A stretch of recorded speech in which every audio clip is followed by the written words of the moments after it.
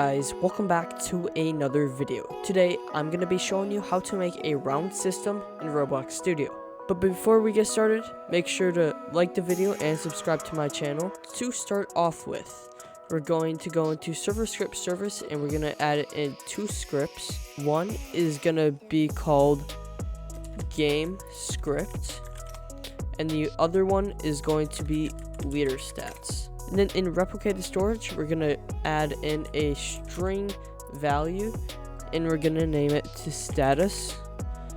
And in server storage, we're going to add in a folder and we're going to rename it to maps. Alright, and then in starter GUI, we're going to add in a screen GUI and we're going to name it to status. And we're going to add in a local script and a text label. And we're going to actually put the local script into the text label.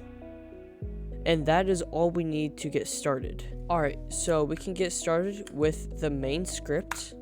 Make sure you're in your game script. And then we can start out by doing local replicated storage is equal to game:get service replicated storage.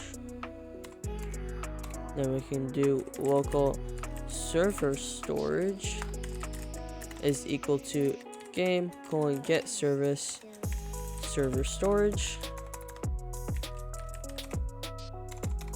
We can do local map folder is equal to server storage wait for child and then maps.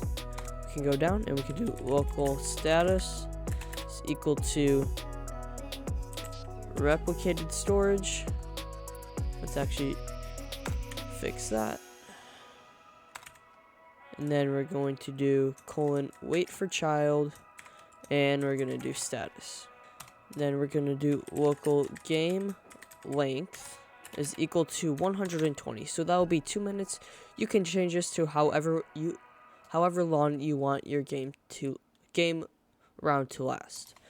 And we can do local reward is equal to 1. That's going to be the amount that they receive when they win. Alright, and then we can get started with the game loop. Alright, and then we can do a while true do. Go down and we can do status dot value is equal to waiting for enough players invite your friends or something like that.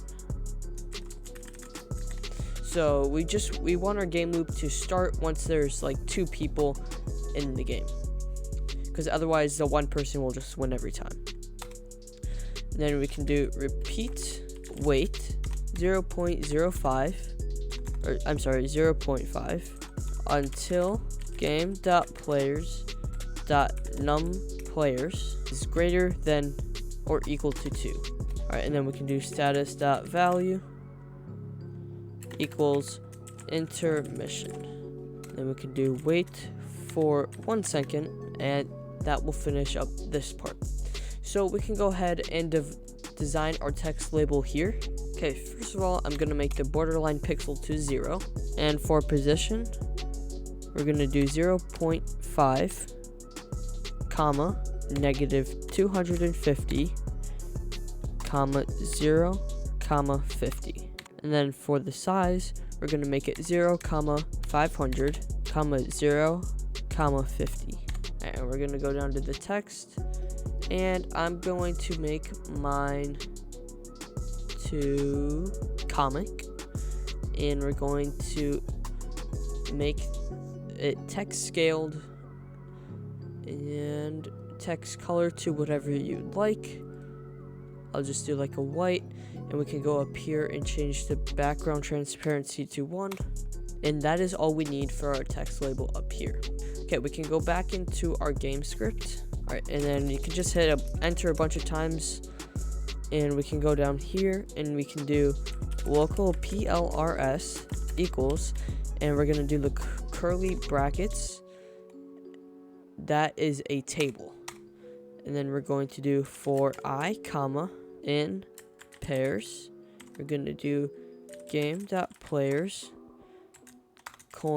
get players And then on the outside, we're going to do, and I actually forgot to put player right here. So it's going to be for I player in pairs game dot players colon get players do, and then we can do if player then table dot insert plrs comma player, and I put an extra pair of parentheses there again. Right, and then we can make sure that we have two ends right there. Down here we can do a wait for 2 seconds, and we can do local available maps equals maps folder colon get children. We can do local chosen map equals available maps square brackets. We can do math.random 1 comma hashtag available maps. All right, and then for that I'll just have this right here. I'll just copy it and we'll put it into the maps folder like that. We can go back to our game script, and we can do status dot value is equal to chosen map dot name dot parentheses chosen. This will just change the GUI that we made to the map's name. And then we can do a wait for 2 more seconds, and we can do local cloned map that's going to equal chosen map colon clone. We can go down and we can do cloned map dot parent and the workspace. So this is just gonna move it. It's gonna clone it and move into the workspace so they can see it. Okay, we can do local, go down a little bit, spawn points equals cloned map colon find first child and spawn points like that. And I'll explain this in a second. We can do if not spawn points, then print spawn points not found. And so this will just print out in the output that we don't have any spawn points. Right, and then for our map, we can go ahead and drag it back into workspace and bring it like over here. And we'll get started on our spawn points. So for spawn points, you're gonna want to have as many as you do players, so that so everyone spawns at one place. Right, so we'll just insert a part, and we can change the transparency to 1, unless you want it visible. And we can make it anchored so that they can't move it. That's it. We can go over here, and we'll just name it spawn point. And then we can go ahead and duplicate all of these. So I'll put, let's say just 5 right now in my map, and then we can group them together and call them spawn points. Then we can move them into our map, and then we can move this back into our maps folder.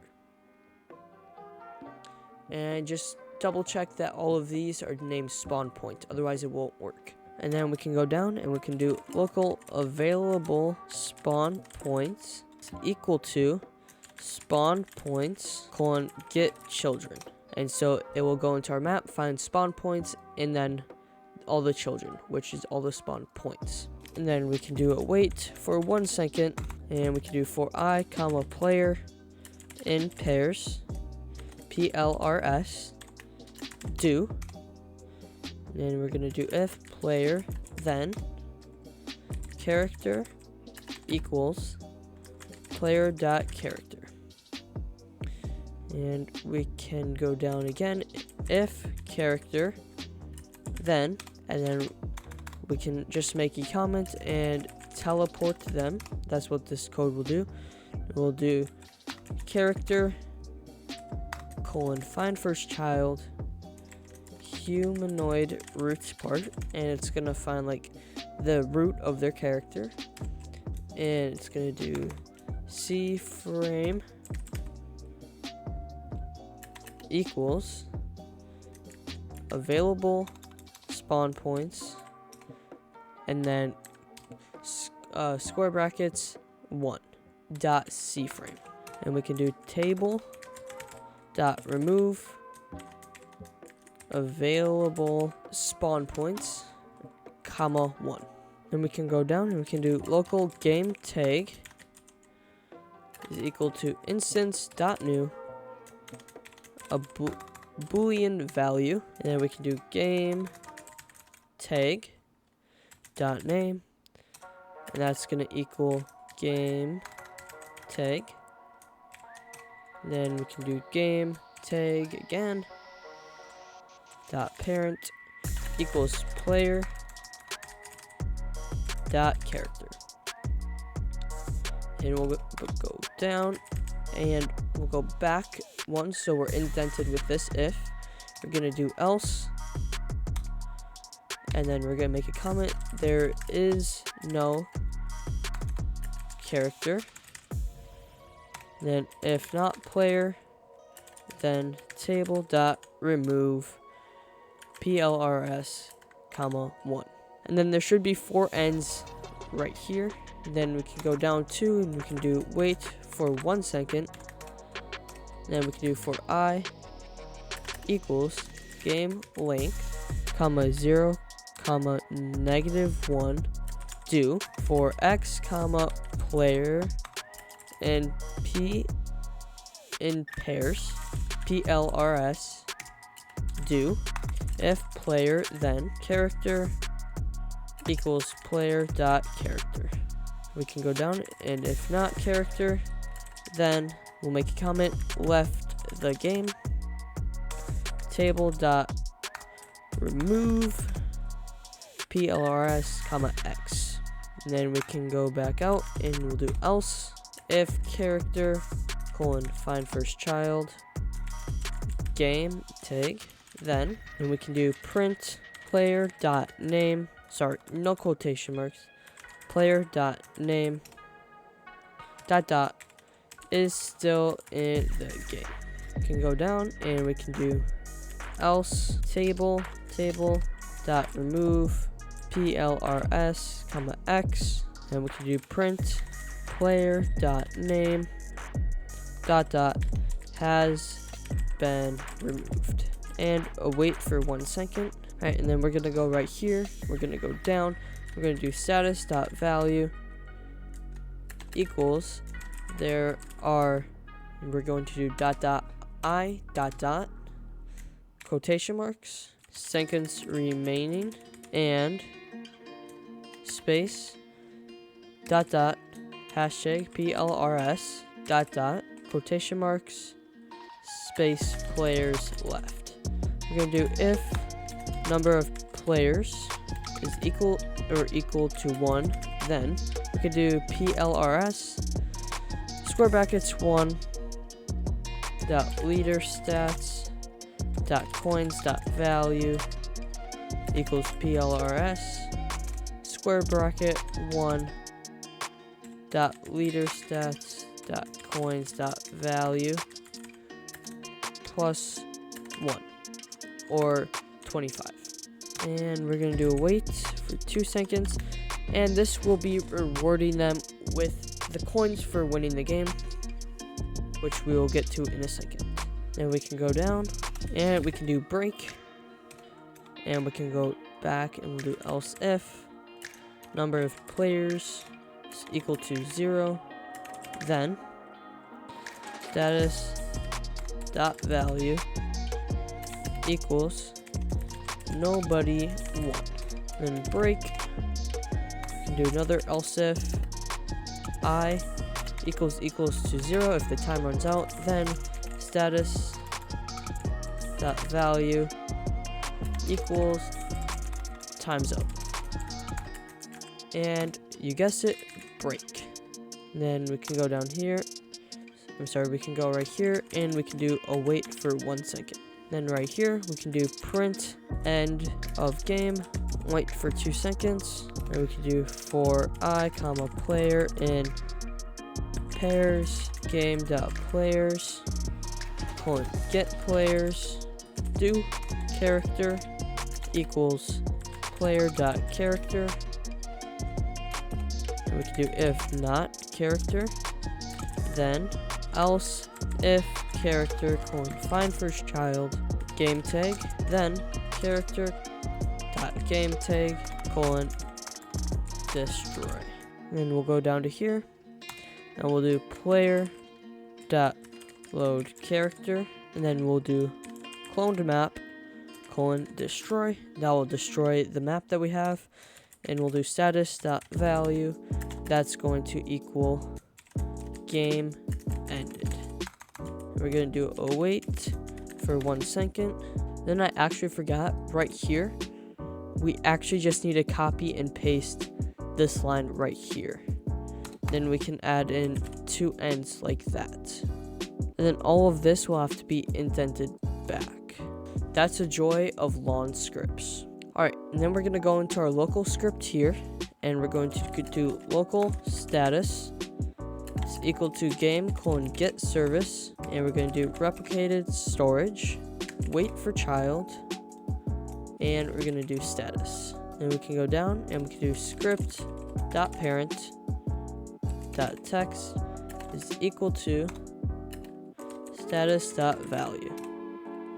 We can go down and we can do status colon get property changed signal value colon connect a function.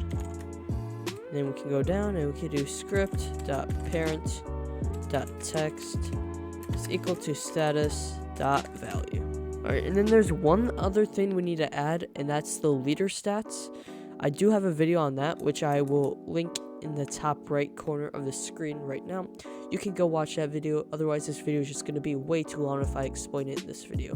This is what the script would look like, so you can free feel to copy that if you'd like. Just make sure that your currency matches the same currency that is in your game script. Alright, I believe that is it, so we can go ahead and hit play. We can go ahead and view the output to see if there's any errors. There's not, and as you can see, it says waiting for enough players. I'm sorry, it says waiting for enough players, invite your friends. So that works pretty well so far. We can go ahead and fix that. And then how we're going to test this is we're going to go into test, and we're going to hit a local server, 2 players, and we're going to hit start. This will start up a simulation with 2 players. You might need to allow access to this. As you can see right here, it will do the intermission, and then we spawn in. Okay, and we do have an error right here. It says destroy is not a valid member of boolval workspace.player1.gametag. It's right here, and I just spelt it wrong. So, alright, and then we can go ahead and test it out again. And it says intermission. It says lobby chosen, that's our map. And then we have both of these, and it says the winner is player 2. And we have another error saying expected not. Alright, so I just missed quotation marks right there. There we go. And then right here on line 62, it's supposed to be an I instead of a 1 right there. Alright, one other thing is on line 87, we do need an else statement right here. Alright, let's try this again. Make sure we got everything polished up. The problem with long scripts is there's so many things that can go wrong, but we got them all under control. Right, and you have these 2 here. It says intermission. It says lobby chosen. And then it starts a countdown right here. It says that there are 110 seconds left and 2 players left. So then you'd have to fight. Boom, boom, boom, boom. And then let's say I just jump.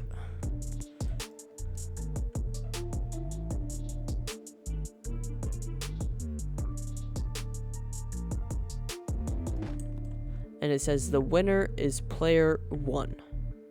And as you can see, it awarded him 25 coins.